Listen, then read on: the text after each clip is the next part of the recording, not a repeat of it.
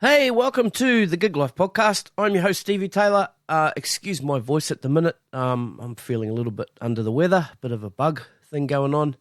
Anyway, is what it is. I hope you're all doing well. Festive season is here, so stay safe and be well and look after yourself and your crew. My guest today is guitarist extraordinaire Paul Mason. He's a cool cat, man. He's involved in some great projects, including Rattlesnake. He has a Jeff Beck show and a bunch of solo music. So we talk about all these projects and a bunch of other stuff. So that's enough from me. Let's rip in. This is episode 140. Paul Mason, here we go.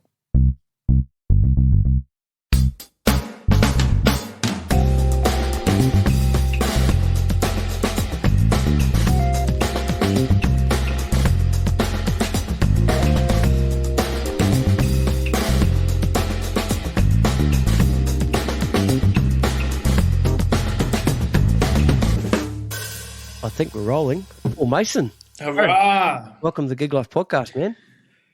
How are you? Thanks for having me. Thank you so much. We've been trying to get this going for a while. We have, and I think I originally invited you on the podcast. I think it was. Hang on, let me look at the messages. It was really early on in my first year, I think, of the podcast, and That's 2018 or 19 or something like that. But yeah, we weren't able to get it happening. And then you're right. We've the last 3 weeks, I was supposed to come out to your place, and the first week, I wasn't very well. Last week you weren't very well. And then I got sick. And I'm supposed to be at your place now, but we're actually doing this remotely because my wife's gone out and I'm here with the kids. So it's all good. Yeah, it's all good. Yeah, but let's totally have that beer at some stage. Absolutely, 100%. Yeah, man. That'd be awesome, man. So what's been going on? We have been. Yeah, sorry. Yeah, I was just going to say you mentioned that you had a Battlesnake gig last night. Yeah. We did a very Battlesnake Christmas was the gig was called. And we've played at it was at Avalon RSL. It's the awesome pub venue vibe. And it's nice up there. You know, we've played there probably 4 times now over the 5, 6, 7 years we've been doing it. But a lot of the guys are actually from up that way. So it's a bit of a sort of hometown kind of feel to that place. So it was good. It was nice. It was a hot day, but it was a bit of a Christmas sort of party for the Avalon. It was that venue's kind of Christmas party, I think. So it was semi-themed, but it was just a gig. Was it just was cool. Was it just you guys, or was there a bill? There was a support. It was a guy called Beano Blip was the support, and he's a really cool vocalist, lyricist, producer type person. Right. He's great. I'd never met him before. He was awesome. Jimmy Fuller was playing guitar with him. Right. So for the people that don't know, just explain a little bit what Battlestake's all about. Okay, it's the kind of it's a thematic rock metal throwback band, and it's kind of like metal, but it's kind of prog and classic rock as well. But it's pretty unique. We've been pushing at it for about 7 years now, and I'm one of 3 guitar players in it. Myself, Dan Willington, and Ben Frank, and we all kind of grew up together, and it's like the brand. It's just the branding's really strong, and we've been really fortunate with that band because there's 7 of us involved that we've all worked a lot in the professional musical world, and coming together to form something, we all, wanted to do it in a way that was going to be as potent as we could make it. So, and it's tricky because we all kind of have our own personalities and our own proclivities in terms of what we like and what we hear and the way we write and all this kind of thing. But it's been like a really it's been going pretty well. Like the band has a pretty solid organic fan base now, and we've been able to been lucky enough to have some pretty cool and big opportunities over the last 6-7 years by the virtue of the fact that there's the concept of the band, there's access to all of the 7 networks of ours, and the fact that like we've tried to make it completely as it really is unique, and it is like amazing in a sense that it's super high energy. There's a certain amount of virtuosity there, and Sam Frank, the lead singer, is a really gifted. I mean, everyone in the band is like super gifted in their own way and stuff. But Sam, the way the songs are about all these thematic things like medieval witchcraft and wizardry. It's real nerdy stuff, but people just love it, because we've all got a soft spot for like, things like Lord of the Rings and Tolkien and things like that. And that kind of comes into the world building. But then there's this whole other side to it that it's like amphetamines and like, we've got a song called The Road Warrior. So there's a lot of that kind of imagery as well, like, which really suits the metal kind of aesthetic. And, or like the rock kind of, the rock aesthetic in that sense. So it's cool. It's challenging because, we've had to build, we've all been pushing at it for so long. And while the band has been making clear steps in a positive direction, we've all had to juggle our own lives in and around the thing. And obviously, we have, it's, for me, it's cool for me to be in an awesome band with guys that I love and guys that I regularly am learning from, just as a person and creatively as well. But also I have a lot of there are definitely other avenues that I want to, that I have and would like to continue to pursue as a musician. But Battlesnake it's has to be, you have to see it live to sort of get it. We've got a song called The Call of the Succubus, which is that song, people love that song. Yeah. And Dan Millington plays this incredible solo in it, and I kind of bring my sort of thing that I do on the guitar, which is the voice that I have and the way that I do it. And we all kind of have each a little moment to sort of showcase a bunch of little moments throughout the night. And Ben as well. Ben's a really awesome, really beautiful sounding player in that more of a classic rock Gibson through a Marshall type style, Dan's kind of like this alien, and then I kind of have my sort of pretty unique thing that I do. So it's cool. That was sort of how the band sort of started. Was Ben wanted to form a band. Ben Frank wanted to form a band with his two favorite guitar players growing up, So it's cool. It's been it's been an interesting few years, but we're all pretty excited to see where it goes. Yeah, that's cool. So I'll put some links in the show notes so people go and check out the videos on YouTube. Hell yeah. And then it's exciting. It's certainly one band that I want to come and see live. Oh, please. Yeah. You've got a beer in your hand all night because you will want to drink. It's like, that's why the venues love us as well. Yeah.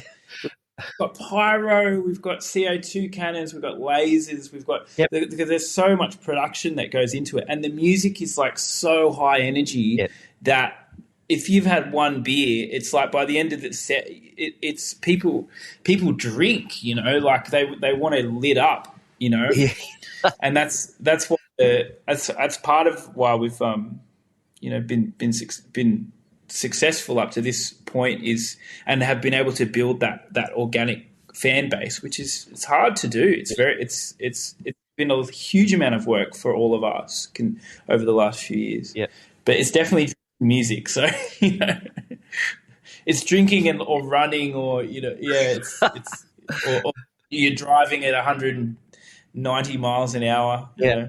Do you have I've just got this image in my head. Like I see these videos and reels pop up sometimes of a band playing and the crowd, all they do is just beat the fucking shit out of each other. They're throwing kicks and punching each other, and they're enjoying it, eh? So yeah. Do you get any of that at your gigs? We do get a little bit of moshing. Yeah, there is a little bit of moshing. This is extreme moshing I'm talking about. This is like they line each other up. Like they know they're coming and they're going to cop a forearm, and they're bracing for it. yeah. That's definitely boisterous, like male vibes. At a thrash. I call that more thrash. I mean, in my opinion, that's more of a thrash concert type thing. Yep. Whereas, I mean, like there is a little. We definitely do have a little bit of that, but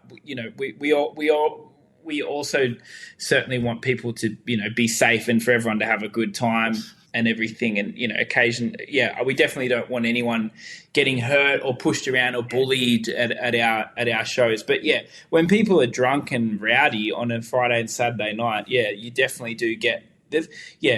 Not to the level of that thrash, like big day out thrash vibes. But there is a little bit of that. Yeah, sure, gotcha. All right, man. What we might do now is roll it right back to the beginning. Sure. Like, let's talk about your childhood and your musical upbringing and that kind of thing. So, what I do know is you have a twin brother and he's a bass player, musician as well. Yeah. So tell us a little bit about your your mum and dad musicians or other siblings in your band, and what kind of music was around at that time when you were growing up. Yeah. So my dad was a musician, like a guitar player, frontman type person, sort of in the style of kind of Chuck Berry or Little Richard, someone like that. And he's awesome, like very, very much in that kind of a style, like that rock and roll, because that was what you played back then. I mean, people still play that kind of music today. It goes absolutely off, but he's got a very sort of unique style. And he was awesome. He did a whole bunch of work around the clubs in Sydney. He went to England and London and toured around there for a number of years. And but he kind of came. He had this roofing company at the same time. So the music thing for him, it didn't have to be the sort of be all and end all. But he loves it. Like he loves playing, and he still plays, and he's still awesome. In my sort of early life, I kind of hit the jazz thing pretty hard. So he wasn't as into that. But in terms of like your sort of more pop music of the 60s and 70s, he's definitely across a lot of that stuff. Like he introduced me to people like Eric Clapton and Mark Knopfler early on. And they were before I kind of started really hitting the jazz thing, because I started playing guitar when I was about 5 or 6, because my dad had this little Stratocaster, Chinese copy of a Stratocaster that was tiny, and so I was mucking around on that as a real little kid, and then I would get lessons and stuff as well, but I wasn't super serious about it until I sort of got to high school, and I kind of crossed that threshold where I sort of had put in enough time where I could kind of play a few things. And then so I didn't really start getting serious about it until I got to and my father's name is Ken Mason, by the way. His stage name back in the day was Kenny Ansett, and he was in a band called 50s. Then he had a band later on. A lot of it was sort of club stuff, but he was right into it, and he's a bloody legend. My dad. He's a bit deaf these days, but we love him. Well, So if I that's good. Oh yeah, sorry. That's good that you love him, even though he's deaf. Yeah, we love him. Yeah. I mean, he's been really good to Nolan and me. Yep. You know, I mean, it's your dad. You know, you'd hope so, but we love him. You know, like any father and son relationship, you grate a bit as you grow up and stuff. Yep. I know exactly what you're talking about. Yeah. Now, so you go. I was going to. So your brother Noel, right? So did you guys both start playing around the same time? And yeah. So Noel. No, go on. Yeah. So Noel. Yeah. So Noel. Noel kind of didn't get to the. I kind of knew. I kind of had taken the interest in the guitar early on, and I kind of stayed with that. I mean, I had other interests through high school, like we did martial arts, and I was like a pretty half decent tennis player as well. So I was into that. I was quite heavily into those two hobbies as an adolescent. But when I got to about year 7 or year 8, the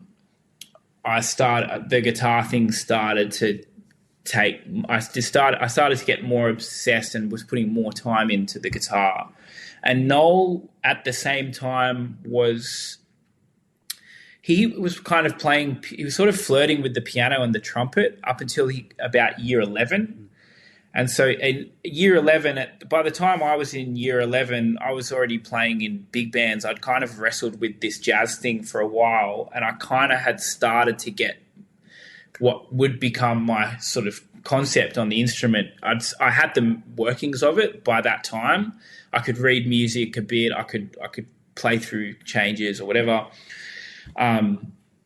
So by that time, I had sort of, graduated. I was in I went to Newtown High School at the Performing Arts as well, and that was a huge, hugely cool and amazing thing, and a huge part of why I'm I call myself a working guy today. Yep. And Abe was at Newtown too, wasn't he? So that was the point I was going to bring up. Okay. Year 7 and year 8. Noel found the bass in year 11. I'll circle back to that. But year 7 and year 8, I get to this school. I got in for music. I didn't get in straight away. I got waitlisted in because I thought Noel and I were maybe going to go to Joey's. We were going to maybe even go to boarding school. We didn't know what we were going to do or something. I think, which I'm super glad that wasn't going to happen, because it just, God knows how much it would have cost as well. Yeah. But anyway, so I'm in Abe, and that was where I met Abraham, and Abe was a huge part of my early influence. It was Abe and his dad Victor, who Victor Rounds, that introduced me to people like Lee Ritenour and Pat Metheny. I can still remember the first time I heard Pat Metheny. That was like my whole life changed. It was that solo that he played on Have You Heard? The song is called. It's a minor blues. Now I hear it, I'm like, it's actually a minor blues. But at the time when I heard it, because he just was doing this thing where he would just be dancing around the harmony, like the free flowing nature. Because I'd been listening to like Knopfler and Clapton really up to that point. I hadn't this whole like way of just dancing through the harmony that he does. I hadn't heard that before, and that completely floored me. Obviously that, I think I'd heard a bunch of George Benson stuff as well, but obviously Benson's kind of like the king of kings. But I still remember that was a huge, and it was Abe that showed me that. And then I can still remember going to Abe's house as a kid. We're in like year 7 or 8, and Victor's like learning. I think he might have been doing Dancing with the Stars at that time or something, some like big TV something or other. He's going through the music for it, and me and Abe are just like, play Rio Funk, do like the flat bass thing, And he was like full doing it, and I thought the slap bass thing was like, it is cool. It's it's like it can be considered I mean, I don't know. I'm not going to say anything cheesy. What do I know? But, I mean, half of the stuff I do is probably, could be considered cheesy. But yeah, I don't know. At the time, I just thought that was so cool. Like to see someone actually to hear a piece of music like that Lee Ritenour stuff and then that Abe had showed me, and then seeing his dad just killing it on that stuff. I was hooked. I was like, I want to get to the point. And Abe as well was like, at the age of 13, got into the senior big band. It was like the dude, all that work, all that time that it took me, my high school career to sort of catch up, he'd done in primary school because Vic just got it. He was already naturally gifted because Vic's a bloody legend. And he kind of had already done all that work in primary school. So the dude was like a pro at the age of 12 or 13, And I so admired that, and I still do. Like Abe's such a hugely special person and special musician, and I was determined to see whether I could close the gap to get to the point where I could sort of hang in a musical situation with him, and be of some validity, which I eventually definitely managed to get to, but it took the next kind of 5-6 years of really studying and getting trying to demystify this whole jazz improvisation thing, which everyone has to figure out how to do in their own way, But it's funny, like I went right through that, and I was introduced to people like later on. I heard James Muller, I still worship him. That was like, it's like hearing Hendrix for the first time, And again, I'm seeing these guys do it live, It's something different to like seeing someone that I'd heard about as well. I'd heard like whispers of this James Muller person. Yep. And then I'm down at Mount Gambier doing the Generations in Jazz Festival because I was in this states-wide selective big band with the arts unit that Abe was in as well for a couple of years. And my mate Brendan Clark is like, "Is that Muller? Hey, is that Muller?" And I'm like, I'd never seen him before, but I'd heard whispers. And he's playing this AS200 guitar, one of which he's playing one of these things, these like John Scoey models, right? That's the first time I heard him play. He was playing one of them. And again, it was like that. It was like that same feeling that I got when I heard Matheny the first time. Like it was just, there was something, because it was like unique. Like Muller has this thing where there's like, he has this sort of Scoey Hendrixy thing, but then he's got the beautiful free-flowing jazz vocabulary as well, and it's like he's kind of married them in like this beautiful way that he's got that edgy Aussie thing, that like I feel like the Australian guitar zeitgeist, there's this edge that a lot of us have that I think is really special, because I think we've got I think the guitar players here in Australia are, I'm probably going to sound like a dick for saying this, but I actually reckon our axemen are better than the Nashville guys.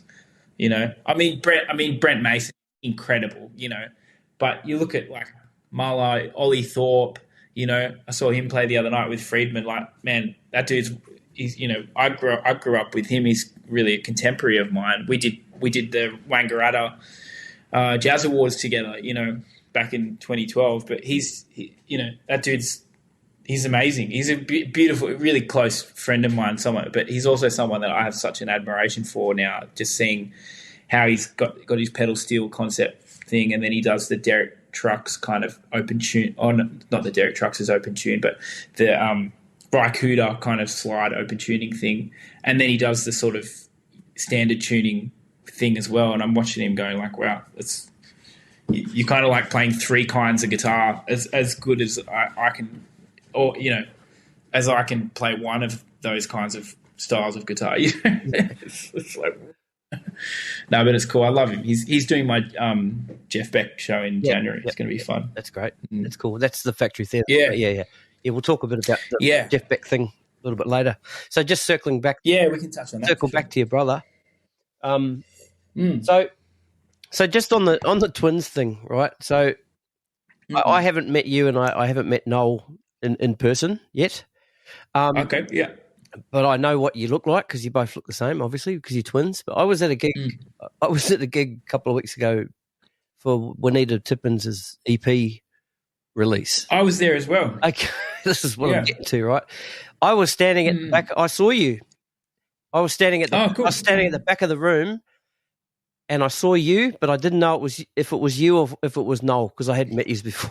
Yeah, because we've been chatting, trying to set this up, right? So we'd been talking, and I saw you, and I'm like, I don't want to go up and say, hey, hey, Paul. And then, oh, no, I'm not Paul, I'm Noel. I just would have felt like a fucking knob. So I just, I saw you there. Man, I understand the feeling and the sentiment around that, but never, I tell this to people all the time.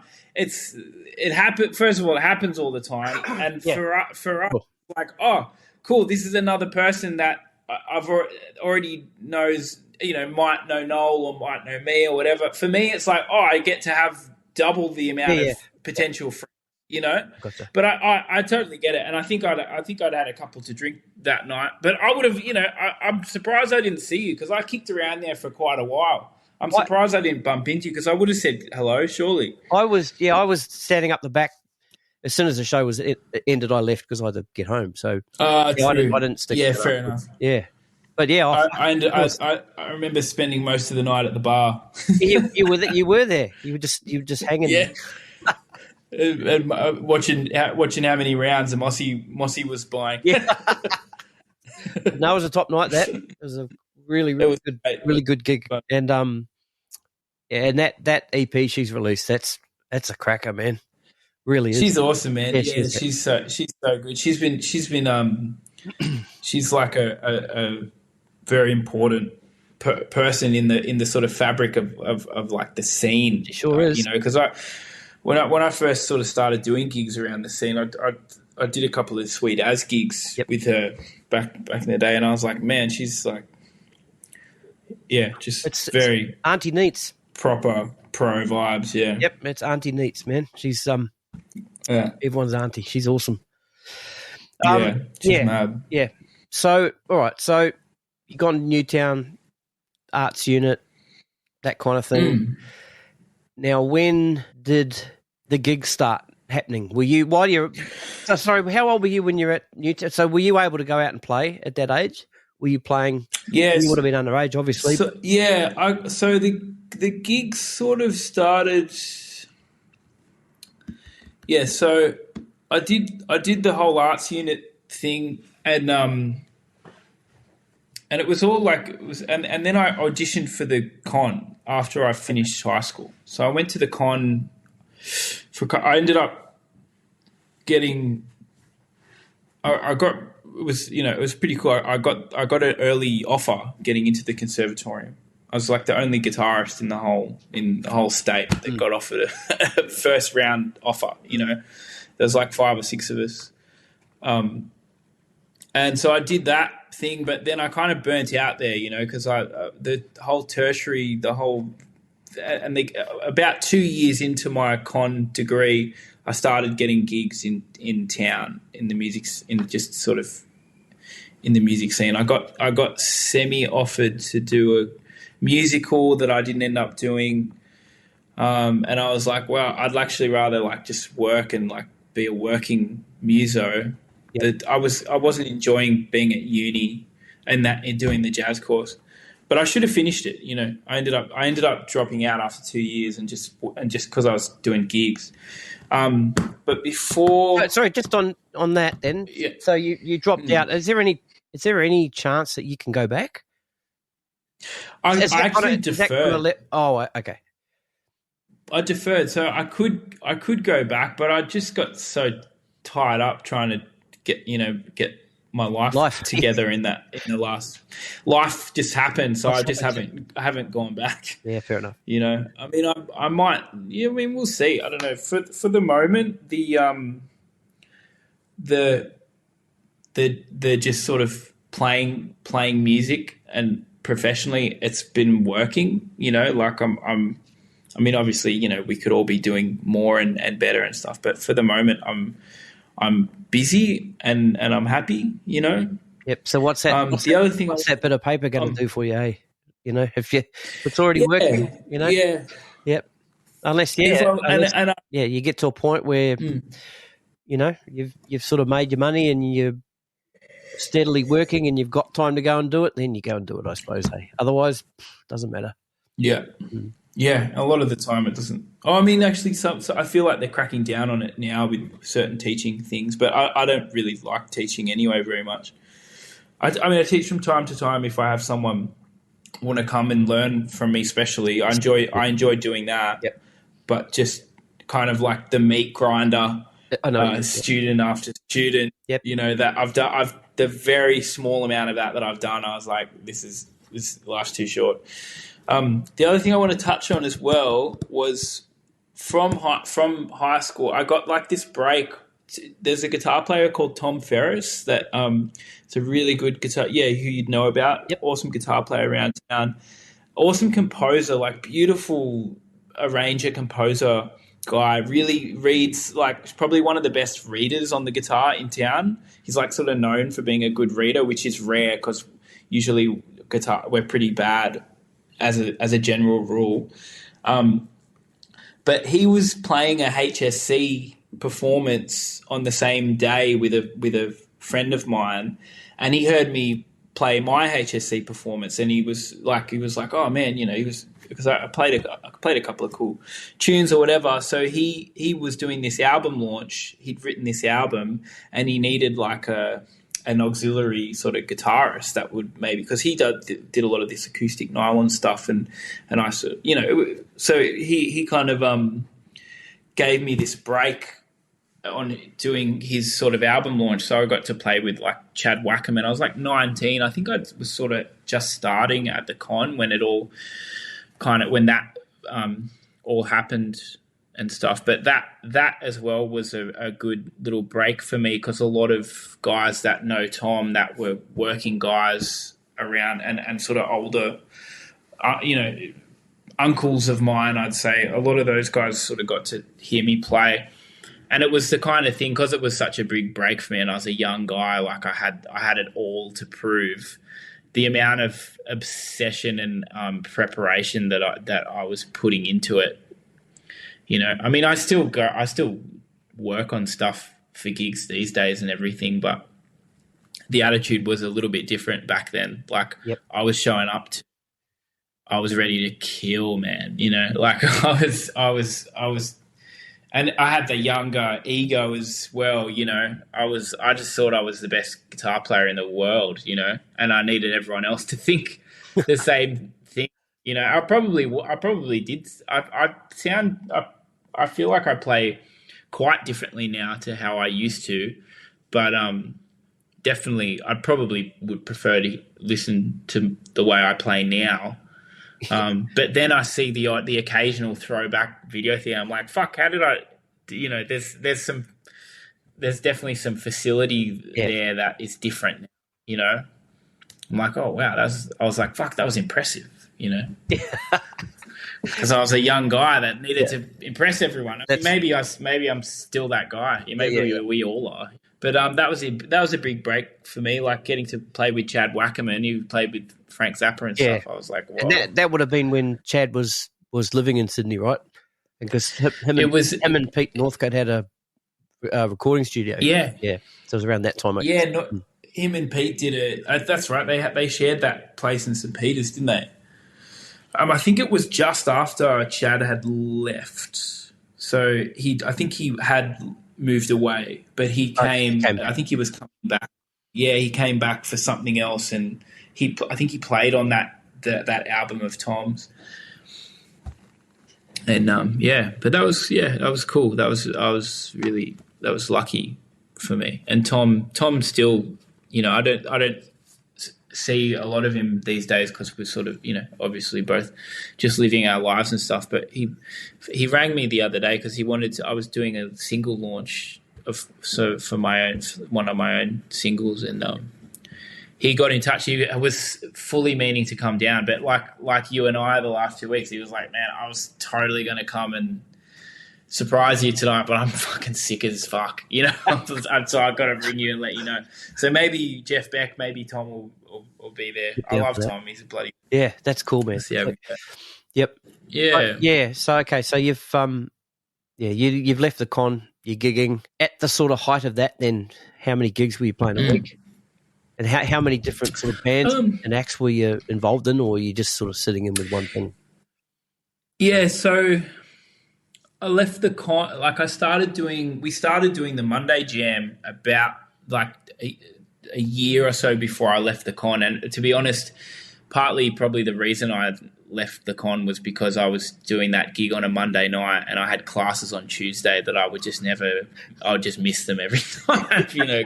But I was a kid. I was such a young kid. I was like, oh, the gig thing and like, you know, people and I was, you know, single and I was, you know, I was like, it was all new for me, you know.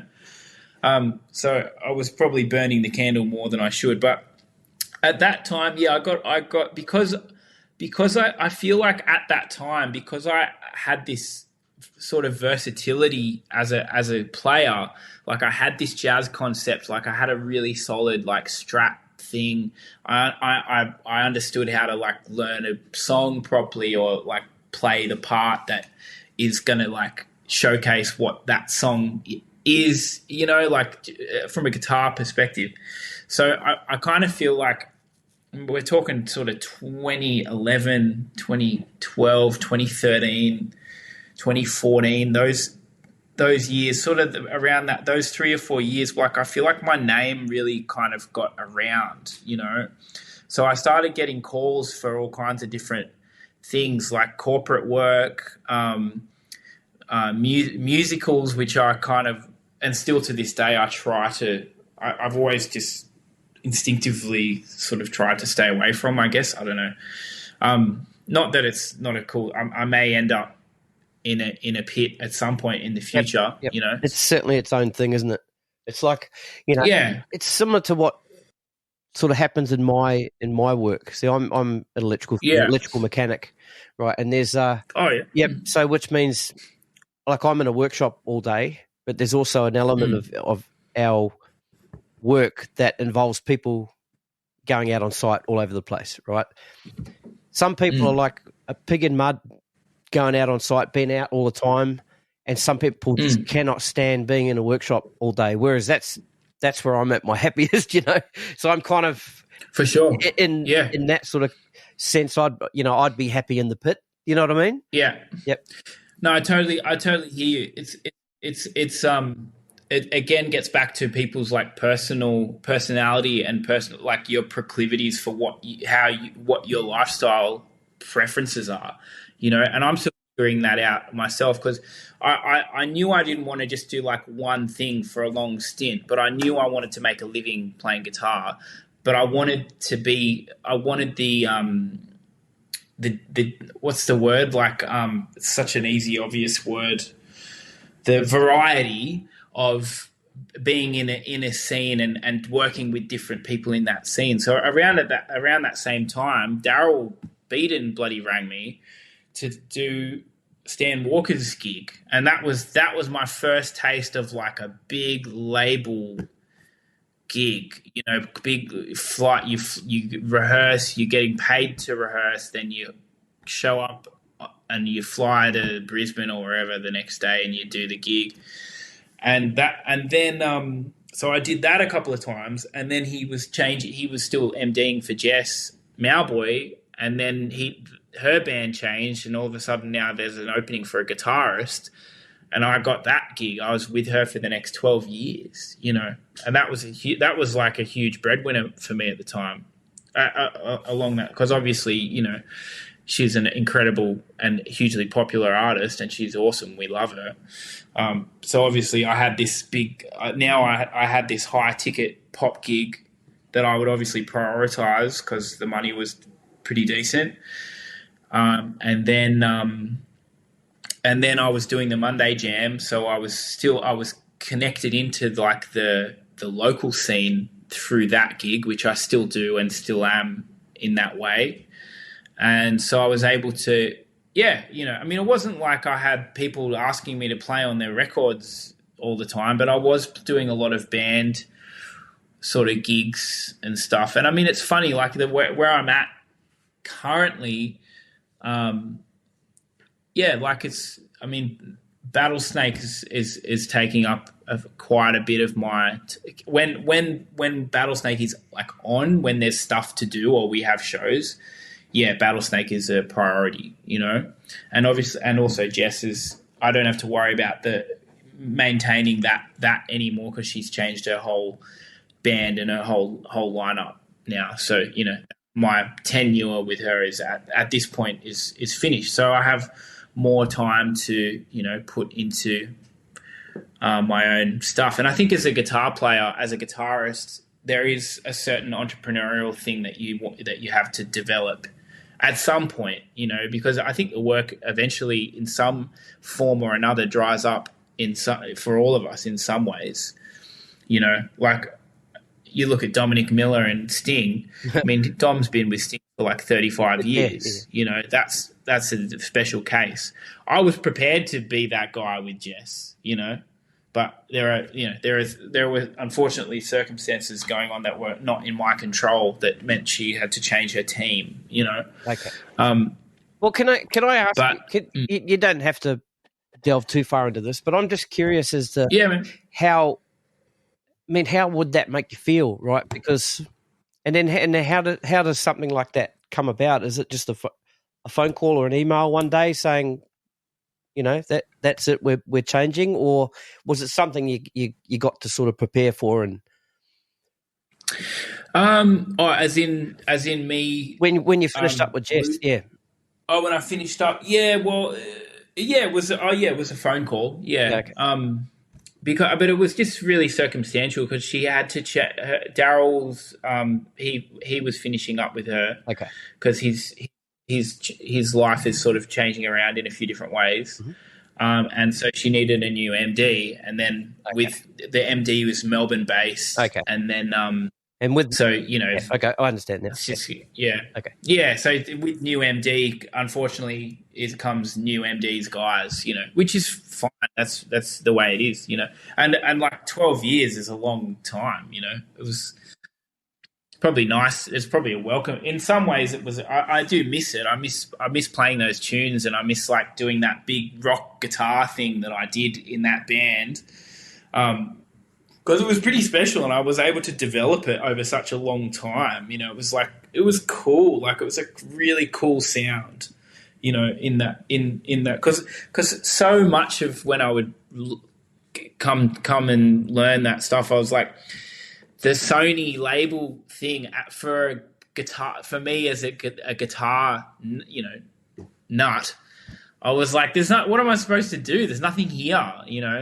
so I would just kind of like develop a way that something that, was unique to me, where I would like come up with these parts that I could really, get my rocks off, and it worked. Like it was, it was cool. They all really, it was a good vibe. First time I saw you play was with Jess, and it was I had. Oh, no way! Yeah, was at Parramatta Park, and I had just I can't remember what the festival was or what the day was for, but anyway, I was playing in a band called Fat Rabbit, and we had a little. There was like a little I don't know, trailer, I suppose, and we played a set there. And it was sort of during the daytime, and then sort of over 100 meters to the right was the big stage setup, and that's where you guys were setting up. And I remember it was a bit of a sound, and I stayed around and watched a bit of that show, and it was fucking awesome. Oh, thanks, man. Yeah, it is. I definitely moped around the house for a little bit when I got the news. Yeah, it's like. But Daryl did like the thing. It was really special what he ended up kind of building for her over that time. Yep. And I mean, her new band's awesome as well. But yeah, it was cool. It was great. I miss the experience of like just playing that music. I really enjoyed playing those tunes, you know. Um, Even though it's not necessarily music that I would listen to for my own leisure, Yeah. but they're bloody cool tunes. She writes incredible hooks, yeah, you know. yeah. And a big Songs are great. mainstay in that band too.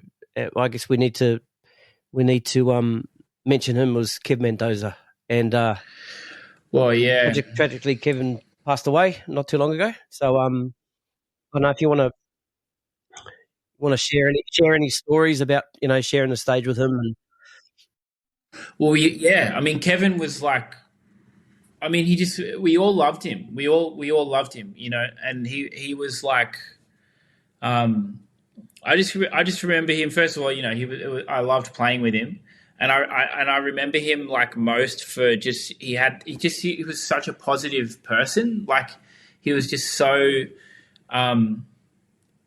just infectiously like positive over the course of, because I worked with him in that band probably for like 7 years or so, you know. And I just always saw him as an extremely well-rounded and well-put-together person, you know. And he was like, and he was funny too. I mean, we would always have a laugh, and also with things that I was going through at the time, throughout those years, you know, like with certain, you know, relationship things that I'd been, you know, heartbroken over someone or this, you know, he was always a really awesome person to talk to about that stuff, you know, because he'd been through it all as well back in the day, or, you know.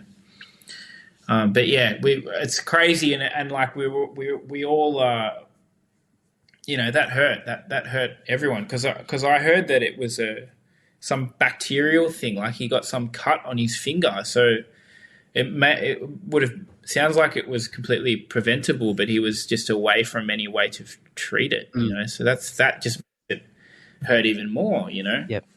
Same with Jeff Beck dying as well. That his was a bacterial infection. He's had meningitis a few times over the course of his life, but that supposedly is treatable as well. You know, I would have loved to have had another 10, 15 years with Jeff Beck on the planet, you know. And Kevin, I mean, that's just ridiculous. The guy wasn't even. Do you know how old he was? No, I don't. To be honest, he wasn't even close to 50. Early to mid 40s. I'm guessing. Yeah, I'm guessing. Which is, that sucks, man. You know, anyway, that's hard. Yeah. Let's have a drink for him, man. Cheers. 100%, man. To Kev, yeah, bro.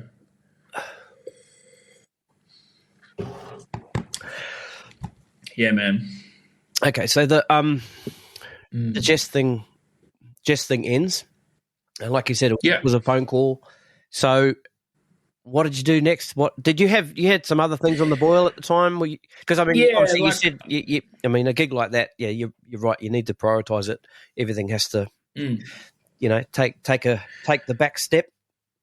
I would just plan my professional life around it. Like, that. I mean, you know, you just and same with Battlesnake. That there would be an occasional, you know, unfortunate Battlesnake has a gig, and then here's Jess's gig or whatever, and so there would occasionally be a little bit of it. I'd have to negotiate there, but it always ended up like there was always a way of making it work. Okay. You know? Well, just quickly then on the with the Battlesnake thing, if one of you guys can't play, it's not a case of swapping someone in and out, or is if one of you can't play, that's it, you don't play. Is that how it works? In a perfect world, it's all 7 or nothing. Original, or nothing. Yep. But unfortunately, that was initially the consensus. But unfortunately, just with the fact that there are financial concerns and the fact that the band has had to say yes to certain opportunities, we've our bassist Elliot Hitchcock. He's overseas at the moment just for work. Okay. And his partner moved over there. So yeah, we're doing gigs without a bass player. But then we have a really cool gig coming up where we're actually getting a bass player for that show. Okay. You know, so and the occasional gig, like I had to take one gig off with Battlesnake because of a Jess gig, and they put me on a track for that one gig. It's lame, you know, and the guys don't enjoy it. But you know, unfortunately, it's these things. It's just the reality of the situation sometimes. Okay. You know, cool. All right. But perfect. Yeah, perfect. Well, no steps, no members down. You know, that's the aim. Yep, that's cool. So before I rudely interrupted, you were just talking about how you're going to navigate things when the Jess thing ended. So what did you start doing there? Did you have to hustle a little bit? I feel like I was still busy because I always have a steady kind of trickling in of round town work, and with the Jam, I have 2 residencies at the moment. One of which I'm going to go and play later tonight, and it's just like this blues sort of gig residency thing at a bar in town called the Baxter Inn, and it's awesome. I get my which I need to see if where's Gelder, if he can do the gig tonight. Anyway, I'll go. Yeah, sorry. So people, just before we hit record, Paul's drummer dropped out, so he's he's hustling for a drummer as we're doing this. So exactly. Because Warren Trout, who normally does it, is he's doing the ministry. He's got to have some. Isn't he doing the? Oh, not Warren. Oh, no. Warren's got to have some minor sort of hospital type operation thing, so he's going to be out of action for a little while. Okay. So he normally does it. He normally does the gig, but it's all a bit topsy turvy at the moment. Okay. But yeah, so I've been lucky because I feel like I always have a somewhat steady amount of different work coming in, and obviously, you know, I have quiet weeks like we all do, but I'm able to sort of keep relatively busy. And when we're in lockdown, I because everyone's always associated me with Jeff Beck anyway, because I did that kind of like pseudo whammy bar thing.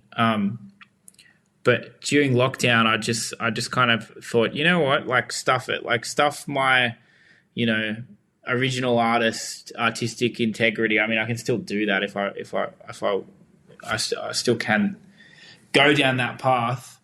But I just thought, fuck it, I'm going to do a whole show of Jeff Beck stuff, you know. Might as well just lean into it if people are sort of associating me with that anyway. Yep. Here's Gilder. Come on, can you? Okay, cool. He's going to read me. Okay. But anyway, so I just thought, I'm going to do an evening of all Jeff Beck stuff. And so I did that like 3 or 4 years ago. I started doing that. And then all of a sudden the dude dies, you know.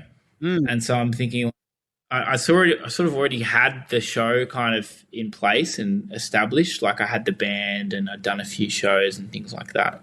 I'd advertised a little bit.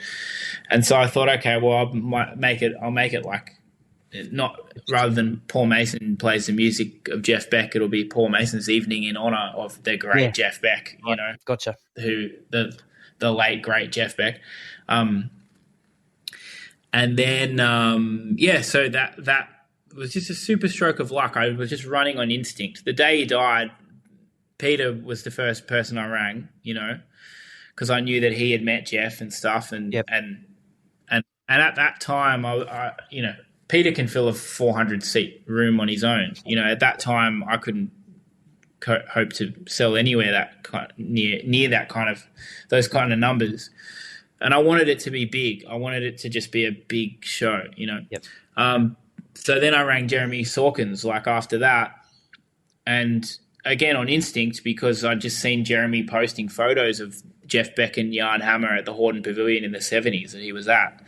So I rang Sawko, and then I got a really good friend of mine, Trent Carroll, to come and play as well because he and I had, you know, I feel like our whole friendship was based on how much we both love Jeff Beck, you know.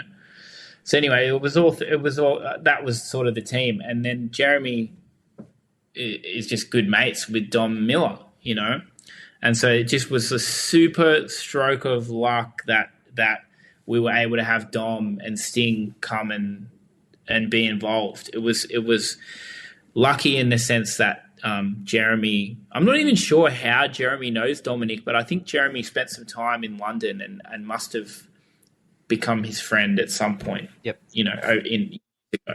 Because Dom's come out and done workshops here that Jeremy has helped him that has Jeremy's teed all that stuff up before, and like clinics at AIM and all that kind of thing as well. Yep.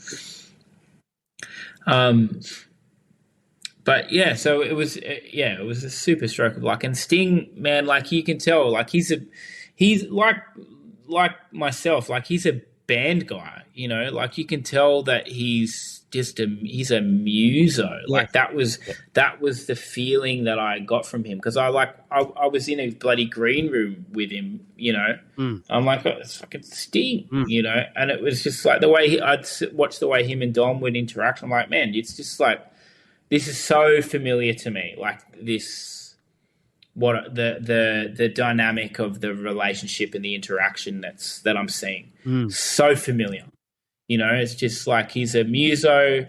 I'm sure he's probably he butted heads with Stuart Copeland for years. He's dealt with all that, but Dom, it's a different. I don't think anyone would butt heads with Stuart Copeland. He's a pretty full on personality, eh?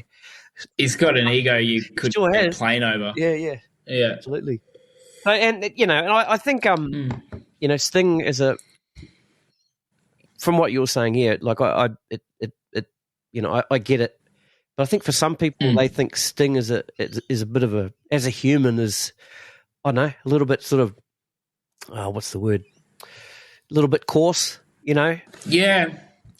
Yeah, like he definitely has any person of that is of that kind of at that level, a person that has that kind of status, the guy lives in a castle and he's worth $300 million, and he's world famous. Yeah. Of course, someone, and I've like been privy over the course of my, life up to this point, like I've, I was backstage I saw Gene Simmons, backstage, like he didn't speak to me personally, but he went and had a quick chat to Elliot, our bass player, when we were backstage opening for, with Battlesnake. But I've been really lucky to like kind of be literally brushing shoulders with these like, guys. Yep. And like, this is such a cliche, but they're just people. They respond to, like the same things any of us do, which is just kindness but then again, that there's egos involved as well, and in the music game there's it has to be, doesn't it? Yep. We have to sort of negotiate with each other and make sure that everyone's getting out of it what they want to be getting out of it, and that could be, say I'm hired to like I did a gig the other night with Phil Burton from Human Nature. Yep. Hire sends me the charts, I learn them, rock up, great gig, cool, pays me, send in my invoice, awesome, great, I'm being paid to be there. Completely different dynamic to me rocking up and doing a gig in Battlesnake that that I'm not making money to at this point, because the band costs so much money to run. Understand. But there are certain expectations that not only I have, that the rest of the band has as well, and I need to adhere to that, and to a certain extent my expectations need to be adhered to as well, because then otherwise we have people getting grumpy and feeling like they're not the band isn't fulfilling their creative dietary requirements, yeah. to put it bluntly. Yeah, gotcha. Yeah, so there's things we need to navigate, and I'm sure Sting has like dealt with every every possibility of anything that could happen in making his career what it has become, But it was it was awesome. I mean, that gig. The thing that I want people to know about that what happened that night was that, and this is like part of my shtick where anytime I do any kind of interviewee type anything, Yep. is that the Australian music scene and the Australian musician, particularly in Sydney. I mean, obviously there's outliers in every state. There's great musicians across the whole country, but yeah, like I feel like we are valid, on a global level. But we're so isolated out here. We kind of, it seems like we're all just fighting amongst ourselves, Yep. in some ways. But when Sting saw that gig that I put on, he was blown away. First of all, he was blown away by Noel, my brother, because Noel is incredible, and Sting's a bass player. Yeah. So he was actually most impressed with Noel. That's cool.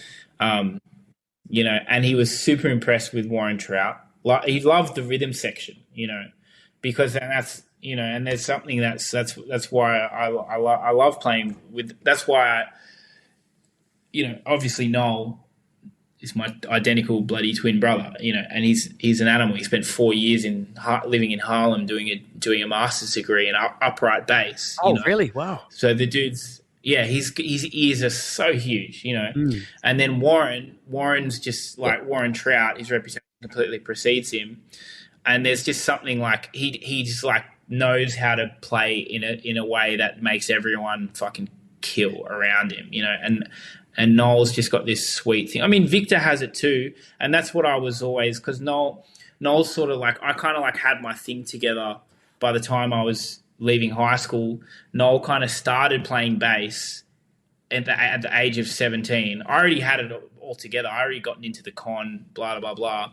In 1 year, Noel gets like good enough to get into the con, because it's crazy. Like Noel's incredible. But I had always hammered into him, like, man, like, try and go, like, he was doing the upright thing, but I was like, try and like get that sweet thing that Victor Rounds has when he plays the Lecky bass, the electric bass. There's this thing that Vic does that, like, make sure you see if you can handle that, because if you can get that together, you will be like so bulletproof. No one can touch Noel on the upright bass. Yeah. He's an absolute animal. Wow. And because he spent all that time in New York, he's completely surpassed me in terms of like the jazz stakes of things. I'm sort of like taking more of this pseudo sort of rock route, even though I still have that jazz vocabulary to sort of inform all of that. But I think, as a guitar player, there's the personality in it. I mean, I don't know. I just want to play. I want to play like. I love jazz and I love all those guys I mentioned, but yeah, I still want to like play big shows. Yeah, I want to do like big. I want to continue to do like big iconic shit.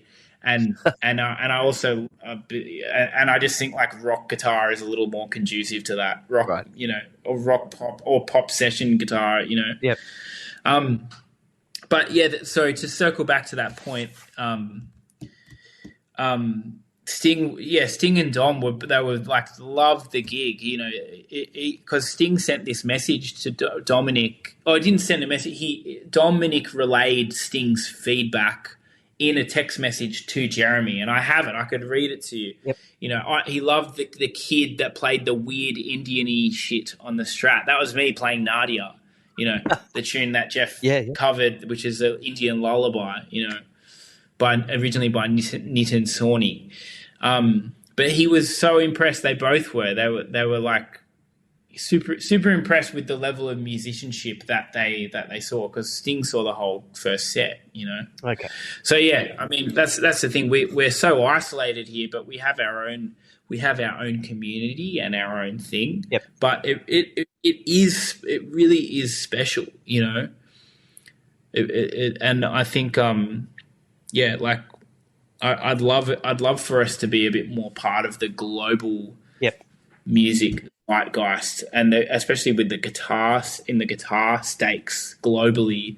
I definitely want myself and Dan and Ben and the whole Battlesnake thing to be, like that's my kind of vision for that, is is for that to kind of put us on a world stage. And then once that happens, then I've got this whole concept and unique thing that I've done, which is sort of like Jackson Brown meets Jeff Beck, Yep. I'm like, oh cool, can I, maybe I can make a really good go of that. But for the moment, it's just hustle. I'm booking. I did Avoca Beach Theatre. Yep. The other night was my evening in honor of Jeff Beck with a few of my originals peppered in, and it was awesome. And I get so much like zest and life out of putting those gigs on, because I get to, it's, a lot of the time I'm like either a sideman or a band member in the case of Battlesnake, but like I need to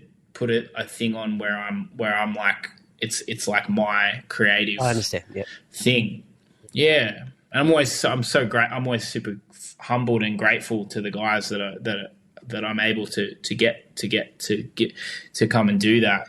Obviously, it's always a paid gig, but they're still giving me their time and their attention. These like Shannon Stitt played keyboards for me the other night. Justin Duggan, he's just had twins, but he's coming and doing a gig. So I'm like, I worship the ground these guys stand on because they're coming and being part of my little vision, That's cool. But like they're both, yeah, and Noel as well. Noel comes and plays, but Shannon and Justin, like they're both like dads, I'm like coming and driving to the Central Coast to like do a gig with me. I'm like, fuck, so grateful. It's to get away from the kids. And Warren as well. It's to get away from the kids, man. Well, I mean, we had a bloody great time. I've got to say, it was cool. It was really fun. Yeah, because I spoke to you the day after, didn't I? Because you sent me you sent me the message in the morning. I was like, I can't talk, lost my throat stuffed, and I asked you about that gig because my in-laws lived up there for 15 years, I think. It's beautiful out there. Yeah, so both my kids, both my daughters grew up on that beach, so I know it really well. I know that theatre well and that whole area. So, and I was, it was a shame that they weren't still living up there because, I would have been there for sure. Oh man, yeah. Are you able to come on January 10th? Yes, man, absolutely. Yeah. Yep. I'll make sure you're on the guest list and that there's a beer in your hand. I pay my way, man. I'm going to buy a ticket like everybody else. No need to do that. Well, we'll be absolutely having that beer though. That's for damn sure. 100%. Just yeah, man. I'm going back to the Sting thing now. What I find fascinating, and I'm curious, and you may have noted this. I'm not quite sure, but someone of that sort of stature, not he's a celebrity, right? All over the world, everyone knows who Sting is, right? So he's at your little gig at the Factory Theatre. Was it Factory Theatre, wasn't it? Is that So he's there, right? And you said that he sat and he saw the first set. So did people know he was there? Yeah, people, because he had I don't know. I wasn't privy to like where he was sitting, but my parents were at that show, and there was the word was getting around, and they were like, "Fuck you," they're like sitting there, Yeah. So what I find interesting is, were the crowd then all of a sudden focused on the fact that Sting was sitting over there? Because something like that can kind of take away from your show. If you know what I'm saying, eh? You know what I mean? Yeah. You've got someone of that. Yeah. It becomes not everybody's 100% focused. I'm sure there were people 100% on their show, but then it becomes about the celebrity in the room. You feel that? I personally, I didn't. I actually felt that we had the audience's undivided attention because again, it was because it was all about Jeff. That's good. The reason Sting was the reason that Sting and Dom were happy and enthusiastically. Yep. Because Sting, like Dom, because that was how Jeremy set it up. Like Jeremy was like, "Hey, I'm doing this thing for Jeff," and then Dom came and listened to us rehearse and heard that we're all fucking legit. Yeah, and then just like told Sting about it, and Sting was like, "Oh, what song should I sing? You know, like just like it wasn't even like awesome. you know because those guys, you know, Sting, we all loved Jeff so much. Like, you know, like Sting and Jeff were sharing musicians, but to the point of like people swarming Sting and not paying attention to the gig. Yep. I totally get it, but I definitely didn't feel that happened at my show. I think he would have just been there and people would be like whispering, you know, because they're all like, you know, people, they weren't like youngs. It wasn't an audience of young. It wasn't like a Beatles concert in the 60s I understand. with an audience of young girls, you know, where they're all like sort of, you know, and a lot of them were like sort of an older, you know, Jeff's fan base, unfortunately, is like a little bit up, a little bit on the way up there in age group, which is not good for me, but can I even say that? No, I just had to ask that because like I'm, you know, I get curious about that kind of stuff. And sometimes they're the silly questions I ask on this podcast. You know, it's where my totally. Where my mind I get it. The other interesting thing too is like, you were doing the show before Jeff died, right? And it's, you know, it's sort of a, like you said, playing the music of Jeff, but then then he dies, and then it becomes a tribute. Well, in a sense, like it was, you know, it's a tribute. It is a tribute. I mean, even aside from the fact that in my marketing, I didn't want the word tribute anywhere near it, because it has you know, RSL and cruise ship connotations, you know, in a sense. But it is a tribute. It's me tributing to Jeff. But I think I just started doing concerts of his music, and because the other thing is he's not like David Bowie or Sting or someone. I mean, like, he's famous. Like, he is definitely famous. Yep. But he's kind of like, that's why I find him so fascinating as well, you know, because I had that like, I did my sort of jazz diet through high school and into my sort of professional career. Like, I had a real fluid thing together. But it wasn't till like I was already like a working dude. I was probably 21, 22, 23 and I'd always known about Jeff, but I never really got it until much later.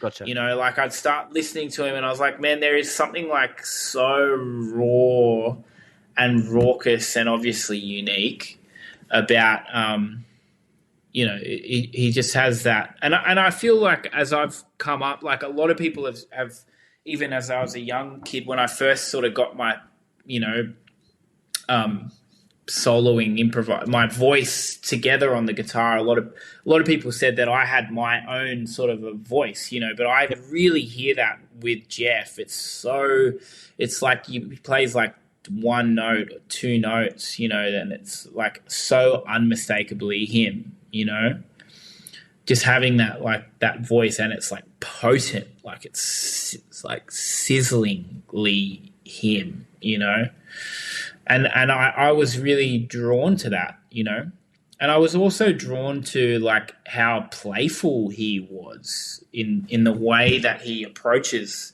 certain music, you know, and certain things, and I was also drawn to the sensitivity that he is able to generate. Not that generate's the best word in that context, but just like the way that he plays a melody or like plays a phrase, you know. And I think that is quite suited to my approach to the instrument as well. But I was lucky. Like, just after that whole thing happened in February, Slava Gregorian rang me because Benny Houtman had tipped him off that I'd just done this Jeff thing, and they were going to do a big tribute to Jeff as well. So they got me to MD and star in the Adelaide Guitar Festival presents. Oh, that's what that was. Okay, Jeff right. Beck. Okay, gotcha. Yeah, right. And we invited Muller to come and do it. Yep. You know. Yep. So I got to play Jeff Beck music with Muller. Yep. I was just like, Jesus, this is amazing, you know. It was so cool. So Tim can't play tonight, so I need to look for another drummer. There we go. There you go. That's fun. That's fun. What are we? We're 2.5 hours before the gig. Yep. I haven't played. You could ask me, but I haven't played in a little while, so it's probably not a good idea. Oh, next one. Next one. Yeah, no. Hey, so going back to the Jeff Beck thing, on this podcast, we've done a few episodes which we call like the spotlight episodes, and so the first one we did was a Jeff Beccaro spotlight. Then we did a Jaco Pastorius spotlight, which was all bass players, and the last one that we did was a Simon Phillips spotlight. So it was myself. Oh yeah, hell yeah, yeah, myself, Glenn Wilson, Gordon Rittmeister, and my old drum teacher Lance Phillip. So what we have to do there is we all choose 2 songs that Simon Phillips has played on, and then we play the song to the group, and then we all sit and we all talk about it. Well, 2 of those songs. Oh man, yeah, 2 of the songs. Like the first time Gordon Rittmeister was, knew about Simon Phillips was at this concert, and Jeff Beck came on. Simon Phillips was playing drums, and they played The Pump. Yeah. So The Pump was one of the songs that we sort of studied in this podcast as well. And then cool. And then the second one, Glenn chose I just don't remember the name of the song now. With the double bass drum. Oh fuck. What's it called? Oh yeah. What's it called? It's off there and back. Yeah. Google. Hang on. Google. Yep. It's one of the Jeff Beck. Oh my god. That's annoying. That's bugging me now too. There's people listening to this now yelling what the song is. Yeah, exactly. Hang on, I'm looking. Hold on. It's one of those ones with Terry Bozzio. No, it's Simon Phillips. That he played. Simon Phillips. Oh, okay. But I think he played that song on that Terry Bozzio tour after he did the Guitar Shop record. Because I know that song because I watched those live clips. Okay. I can't think what the song is though. Hang on.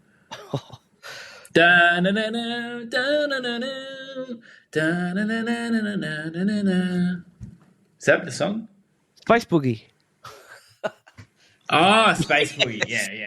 Yeah. Oh man, I don't know why I lost that. Anyway, so there's going to be a couple of minutes I cut out of this podcast there of us waffling around trying to that's all right. find the fucking song. Oh mate, I've been waffling up a storm, mate. Yeah, no, it's all good. No, it's all good. It's all good polite talk, man. Yeah. So because I always knew who Jeff Beck was. Wasn't really didn't get into it until I started sort of studying for that particular podcast, and then listened to the live version and the original version of The Pump, and then listened to there and back a few times, and then I started seeing some videos of you doing your show, and then sort of not understanding how to do it, but seeing that unique technique that he had, because the guys on the podcast would talk about how he did the whammy bar thing, how he did that, and the volume thing, and then once I saw that, it was completely unique, which everybody that was his thing. I don't know if you checked your Facebook today, but I tagged you in something that popped I saw that. Where were you? Where were you? Wow. Where were you on? He's just, and I've watched that standing there, emotionless in his face, and he's just standing there, and the crowd were just like blowing away, right? So he would correct me if I'm wrong here, but he would say if he was given his guitar and it was out of tune, he wouldn't tune it. He would bend and play the certain way if that guitar went out of tune. Is that right? Well, it's funny because I've spoke to this with Les Rankin, who helps me keep my guitars maintained sometimes. Les is a bloody legend, love him. He he can, like, I've seen him on concerts. He'll touch the, if he's out of tune, he'll tune it. But then there's concerts that Les saw a concert of his in Sydney. He didn't touch them all night, you know. But funnily enough, on the video that you sent me, his guitar is actually out of tune. Out of tune, yeah, you can hear it, eh? Yeah, yep. The G string is it's either the G string, probably a combination of the G string is flat and the B string is slightly sharp. But he just like, and that. Well, I kind of think, and also the whammy that he had, like the whammy was loose as well. Right. Like that particular performance for him was like him just wrestling. I can see it still sounds amazing, yeah. You know, but I can tell that like in his mind, he would have just been wrestling to get to the end of that, you know, which is crazy, which is like, I feel like because it's like, you could tell it's like, out of tune. But also it's funny that you mentioned that you tagged me in that particular song, right? Because that song is, in my mind, it is almost an amalgamation of every, it's hard for me to even put into words, but that piece of music kind of encapsulates how innovative and unique and special he was. It's kind of, in a way, is all encapsulated in that one piece of music. Because, and that's, funnily enough, like, you know, when, you know, once we get off the phone, I'll pick the guitar up and show you how I play that piece. But yeah, cool. That piece is it's kind of like my arch nemesis in a way. Like I almost practice that more than anything else on the guitar. Gotcha. That piece, because he plays the whole melody with the. It's all done with the whammy bar. Whammy, yeah, you know, it's amazing. And it's a feel thing. It's a feel thing. If you think about it, you know, it's like you're never gonna get it in tune if you actually think about it. Like it's a real mental thing. And I've been, you know, I've been attempting to play that piece of music for the better part of like 10 years now, you know, and I get pretty close. Yeah, you know, some of the time, you know, But yeah, that it's funny that song, that in particular, that song, "Where Were You?" And there's a few songs. I mean, there's so many Jeff Beck classic songs that when he you know, like he just was he broke new ground as a guitarist in the Yardbirds, right? You know, Jeff's Boogie or Heartful of Soul. You know, that sitar-y lick. It's like, there are so many examples of his playing that had just never been done. We've never heard anything like it. First time I heard Nadia, or first time I saw him do "Where Were You?" We'd never heard anything like it. You know, we'd never heard the guitar make that sound, you know, in that way. And that's why, you know, out of all of my influences, which are vast, you know, and the jazz thing is a huge thing for me, you know, like your Matheny, Muller, Schofield. I love Wayne Krantz as well, Benson, you know, Wes Montgomery. You know, it's and obviously like Clapton, Knopfler. But out of all of those people, for me, and you know, obviously why I've like, you know, why I tribute to, you know, why I'm doing a show of mostly his music. You know, it's like out of all of them, Jeff for me is just something, you know, else. You know, there's something not to take anything away from any of the people that I mentioned. I understand what you're saying. Yeah. It's like even Hendrix. I mean, I never really got super into the Hendrix thing, you know. It was just, and I mean, I hear it, I've heard things, I'm like, wow, you know, there's no one else that'd make that sound before or since or ever again. Right. You know, Jeff's like that too. But I don't know, for me, I feel like the thing that Jeff does is probably more achievable for me in some ways. Okay. You know, with what in you know, not to say that I am able to get anywhere near what he did. Like I'm not, but definitely, you know, I get in the ballpark in my own way, like with his stuff, you know. Yeah, I mean, you know, and through all that, you'll end up with the Paul Mason sound, right? Well, yeah, I definitely, exactly. We do, man. Yeah. We try and We're imitate. condemned to it. We try and imitate until we find our thing, and I don't think anyone's sitting back and going, "Oh, you bloody Jeff Beck, try hard." No, man, they're going because you've got. I hope not. You've got your I can see the way you're playing that stuff, and I've also seen videos in the last few weeks, you know, of you playing, and also that time I saw you play live. You had your thing there anyway, cool. So now you bring your thing to the Beck thing, but it's still you know. Oh man, I appreciate that. Thank you. No, all good. I had some friends of mine. I got this message. This is a while back when you played the Jeff Beck show down at the Bird's Basement in Melbourne. I had a couple. That of it was Sydney friends, awesome. A couple of Sydney friends of mine were here, and my mate sent me a message going, he took a photo of the Bird's Basement. We're in Bird's Basement, and then he goes, I'm just we just watched this amazing Jeff Beck show, and I went, mad. Yeah, I know a couple of those guys. I was just away to him. Yeah, so after this, I'm gonna send him a message. Go, I just interviewed Paul, the guitar player. Oh man, that's so cool, man. Yeah, he loved it. So they were there. They were there. Yeah, they were there. They were down in Melbourne. That is awesome because that gig was really special. Yeah, cool. That was so fun. Like we had Brett. We got Brett Garsed to come and join us for that one, and he's coming up to Sydney as well. And so is James Muller as well, by the way. See, I'm pulling out all the stops from Sydney. Oh, it's bloody awesome. Jeremy, James, and Brett. And Noel playing bass. Was it playing drums? So unfortunately, Warren is not able to do it, but Gordo. Oh wow, Rick, that's so good. It's Gordo, because I did this Australia Day gig. Last Australia Day, right before I'd put that, shortly before or after I'd put that gig on, I can't remember.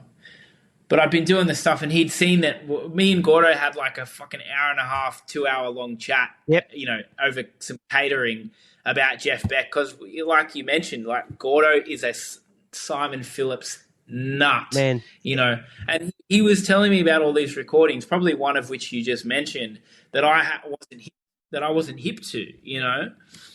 So we had a mad fucking yarn about that. And Gordo and Warren are like super bros, and they you know, like they flick each other work all the time and all this sort of shit. But yeah, unfortunately, he's got to have a hernia operation. So I spoke to him today. Okay. But he'll be cool. You know, it was just really bad timing in terms of, you know, he's like he has to have it all handled at this certain. I understand at that point. Yep, gotcha. But yeah, but you know, look, Gordo, I'm keen. It's interesting playing that music with a few different guys, you know. But obviously, Warren. It's kind of Warren's. Warren is it's sort of Warren's gig, you know, because Warren's like my bro. But you know, that's cool. But it's going to be fun. That's it's going to be cool. Fantastic. Yeah, good stuff. Let's talk a bit about your solo music. And so one thing that I saw today, which I hadn't noticed on your Instagram before, is that you've got a few pinned posts there. I saw the Sting one and the Jess Mauboy one, and then the other picture is just like the pinned post itself. You can just see a little bit of your guitar, and it looks crap, doesn't it? It's like a crap. So I'd never touched it before, but I clicked on it today. Actually, I wonder what happens when I do it now. It might actually start playing the. I tried to fix that because it's such like a nondescript like thumbnail. The thumbnail is just like it's like this much of me, like it's like my chin, and then some like god awful shirt I for some reason decided to wear on the day. Yeah, some terrible Bridge shirt. I'd so regret that. Anyway, whatever. But yes, I clicked on it and I started watching it, and man, that's fucking amazing. I got goosebumps. Oh, thank you, just man. listening to it, and your voice. I didn't realize you sang as well. I mean, fuck no. Just it's unreal. I got goosebumps again. So, thank you, man. Too easy. Thank you so much. Yeah. So people that are listening to this, when you check out Paul's Instagram, and now you know what that the third post, the thumbnail of the third pinned post, leopard skin shirt or something. The shirt's awful. So please, sorry about that shirt. Yeah, disregard that. Click on that. Watch that video. Listen to that song. It's absolutely beautiful. I think bloody Northcote gave me. I think I inherited that shirt from Northcote. But like once removed, because my other mate Benny Isaacson gets a whole bunch of Pete's clothes. Oh, and he's like, Paul, I got a whole bunch of shirts for you. They're cool, like showy shirts, but I look at it now and I'm like, oh, it's a bit too showy, it's a bit too like. Anyway, but yeah, it's a song of mine called "I Won't Go to Waste," and like I've got a handful of original tunes that I write, and that's that gets to that point of what I touched on before of like my original. It is like a cross between like Jackson Browne and Jeff Beck. Yep. Like the songwriting is in the style of someone like Jackson Browne. It's like folky, harmonically dense, But then as soon as I get a chance, I'm like into the, fisticuffs guitar vocal, Yep. thing. Yep. In style of in somewhat of a way that maybe Jeff may have done, maybe. Okay. But no, I appreciate that, and I've had a lot of super positive feedback on that particular clip, which I did. It was a long time ago that 2019, I think. I read today. Yeah. Yeah, it was a long time ago, and I still play that song. I mean, the thing is, those original pieces of music, like they take me so long to figure out, to write, that song, and also I've got a couple of others. I have a small handful of tunes that are of that caliber. Yep. I'll send you through a couple of things. Yeah, but I'm really like, I'm biding my time in terms of, I basically want to approach things in a way that's going to be simple for me, in the sense of like I just want to have a few things in place. Like, I don't know if I want to like go. I don't want to, I've been to America 4 or 5 times, like trying to, for lack of a better way to put it, like make it. But in my mind, I was trying to make anything happen. It's like I've got to, there's the whole. I mean, I could still go and do that, I guess, but I would much rather get it all happening from here. Like I said, the scene here, it's incredible. Yep. The level is so high. But yeah, like I'm biding my time in terms of like how I want to I'm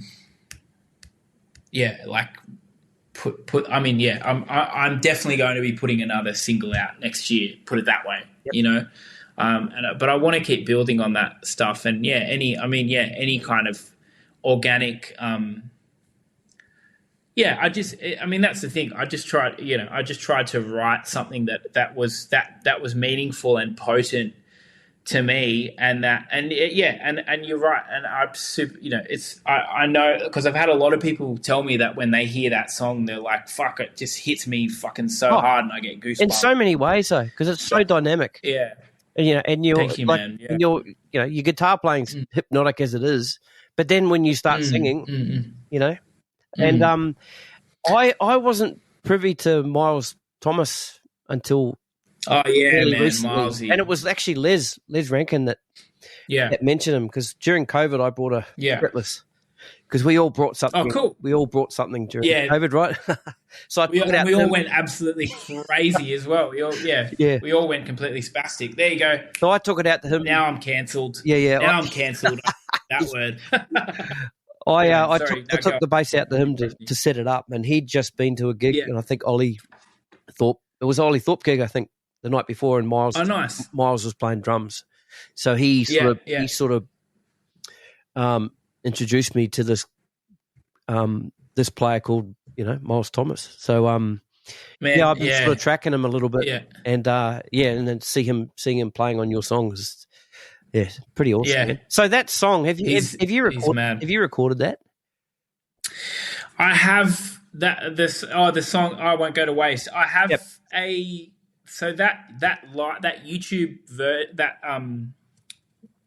the version that you saw, it's on YouTube. Yeah. And I would actually suggest that people listen to it on YouTube, because the way something happened with the master and uploading it to Instagram, if you hear it, I hate to tell you this, but there's actually some low-level distortion on the Instagram post. Okay. And that can happen with something to do with the mastering. Because again, this is years ago. I mean, I still don't really think I really know what I'm doing, as far as like that tech side of things is concerned. Okay. But anyway, but I do have a complete studio version of that piece, and it's very different. I had Miles on it. I had Bill Risby play piano on it.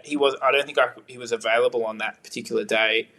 And then it's different. It's almost a different tempo even. Like that is a lot. That's the live version of that particular song. And I have the master of that live version. So I may actually do a release to streaming. I think you should. Live version. So I'll find the YouTube link, and I'll put it in the show notes of this episode. So if you want a few people listening want to know that song, click on it. So oh man, I'd super appreciate that. Yeah, if you just go type "I Won't Go to Waste" by Paul Mason into YouTube. I've been doing these little guitaring around episodes as well, where I just sort of play and So I was thinking, I see people like Tom Bukovac in Nashville just putting out a video of them just vibing. They're putting out a lot of content, and that's how you build your sort of audience. Yep. And that's the thing. I still think having a fucking great song and a great, video of a great, and that was the aim that I wanted to do with recording that song that you mentioned. Yep. But it's still not enough today. You need to be posting all the time, and you need to be like playing that TikTok game. And it's like, I want my life to be simpler. I want my incredible band to be as big as Kiss. And then just because of that, I want to be able to fill a 400-seat theater in any city I go to and play whatever I want to play. Yeah. That's all I want to do, And I mean, it's like with a bit of advertising help and a little bit of elbow grease. Yeah, like I can do I put 200 people in that venue in Melbourne that your friend was at. Yeah. But it was a lot of work to do it. But I love it, and it's an amazing night. So yeah, I'm like super keen to just keep doing that, and it's really nice to hear some encouragement for the original stuff that I've been doing as well, because it's so easy for that. It sucks, but it's so easy for that. That's all I need. I need to have that not be taking such a back burner position. Yeah. Like I actually need to really kind of prioritizing that a little bit more. Yep. You need a social media manager or something, or upload guru, so they can pick a better fucking thumbnail. Well, exactly. That thumbnail is. I actually wrestled with that, but I'll have a look at it now actually. But the thumbnail on that, it is absolutely rubbish. But for some reason, I can remember really wrestling with it and going fuck, I have to settle with that for some reason. On YouTube, you can actually pick which one you want. I'll go. That's right. Yeah. But I think it's something to. It's not. It might be something to do with the. Like I think to change the thumbnail, I would have had to repost the video. You don't want to do that. Yeah, and I'd lose the bloody. Because you see on I don't want to lose my bloody 60, 70 comments or whatever that are there, and if I was like all of the other bloody idiots that I see go through and I'll reply to every single comment, so instead of 70, now they've got a clip with 170 because they've replied to everything. I'm like, it's all fake. Yeah, that's right. Oh, thanks. So, You know what I mean? Like it's just all. I mean, sure, play the game, Play but it's the like, algorithm. You got to work the algorithm, man. yeah, and like look, I see that maybe I'm starting to get bitter. I probably am. I think you're getting old, mate. You're getting old. Oh, mate, I was old. I was old years ago. I was old in. Yeah, but you know what it's like. It's just it's the music thing. Like it's such a minefield. But no, you're absolutely right. Like I definitely, that thumbnail needs to go. Yeah. All right, man. I know you got a meeting to go to, so we'll Yeah, I do. Yep. I got to find a drummer for this gig tonight. You do, yeah. So we'll wrap this up. But man, I've had a great afternoon sitting hanging with you, man. Hey, yeah, so man. good. Me too, bro. Yep. Thank you so much. Shame we're not in the same room, but that'll happen. Yeah. Yep. That's all right. We'll let's absolutely stay in touch. And yeah, man, I'll see you on the 10th. Hopefully, Yes, absolutely. That'd be awesome. Yep, I'll be there. Awesome. All right, brother. Take it easy, Paul. All right. See you, man. Thanks, man. Yeah, Big love. Thanks to all your listeners. Sending love. Cheers, bro. Yeah. Big love, brother. Thanks again. You too.